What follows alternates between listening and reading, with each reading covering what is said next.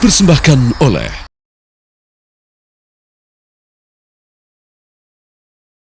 Assalamualaikum warahmatullahi wabarakatuh. Para pemirsa TV One yang dimuliakan dan diberkahi Allah Subhanahu wa taala, kembali kita berjumpa lagi dalam episode yang sangat penting ini ya. Hari ini kita akan membahas tentang keberkahan rezeki antara halal, etika dan kejujuran. Apa yang dimaksud berkah? Ada hadis Nabi, al-barakatu fil jamaah. Keberkahan itu terletak pada suasana berjamaah. Jadi ada lebih dari satu orang itu berjamaah. Bisa saya terjemahkan juga dalam hadis Nabi yang lain. Al-barakatu fil jamaah itu, al-barakah itu artinya power, energi. Jamaah itu adalah sinergi. Di mana ada sinergi, di situ pasti ada energi. Lampu listrik ini kalau disambung negatif positifnya, itu namanya sinergi. Sinergi itu akan melahirkan energi. Lampunya nyala, sound systemnya nyala, powernya nyala juga. Logikanya, kalau tidak ada sinergi, tidak ada energi, ya kan? Jadi kalau ingin mendapatkan sesuatu yang berkah, libatkan yang lain selain diri kita sendiri. Bukan the power of I. Nah, ini lebih tepat kita sebut the power of we, bukan the power of I tadi itu ya. Tidak ada Superman, yang ada adalah super team. Nah, itu sesungguhnya sudah digagas oleh Islam. Nah, inilah keberkahan. Keberkahan rezeki. Rezeki itu, apa itu rezeki? Razaka. Rezeki itu adalah sumber kehidupan, sumber energi, sumber kesejahteraan. Itu rezeki. Dan rezeki ini bukan hanya dibutuhkan oleh orang hidup. Orang mati pun juga butuh rezeki. Ada ayatnya kan. Misalnya, wala tahsabanna alladziina qutilu fi sabilillahi amwata bal ahya'un 'inda rabbihim yurzaqun. Janganlah kalian menyangka orang yang mati di jalan Allah atau mewakafkan hidupnya di jalan Allah itu adalah mati. Dia tetap hidup, kata Allah.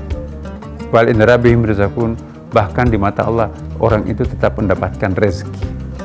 Jadi doa yang kita panjatkan, kita doakan kepada orang mati itu berfungsi menjadi rezeki. Doa kita kepada orang mati bertajasud, menjelma menjadi parcel yang akan memberikan hiburan buat orang yang sudah wafat. Ada hadisnya kan?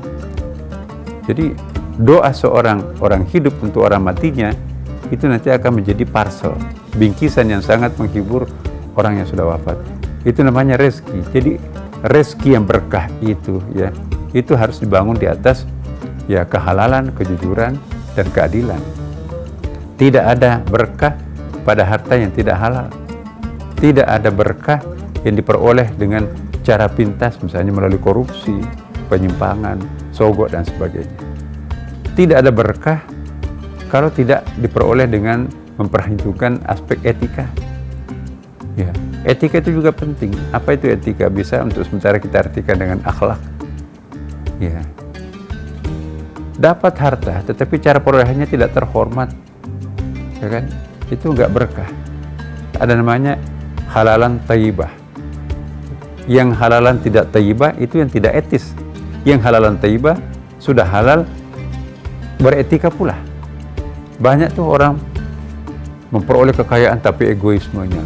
Ya. Banyak orang tuh tapi membangun istana di atas puing-puing kehancuran orang lain.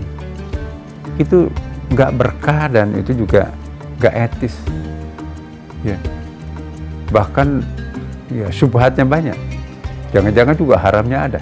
Nah, kalau itu yang dilakukan pasti nggak ada berkah di situ.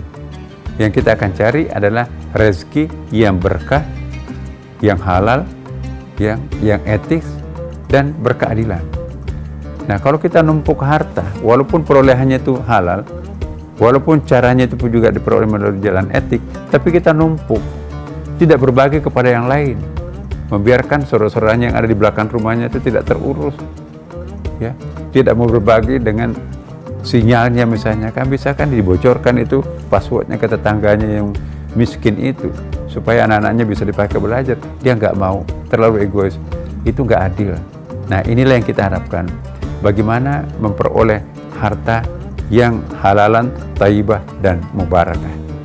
Terima kasih. Wassalamualaikum warahmatullahi wabarakatuh.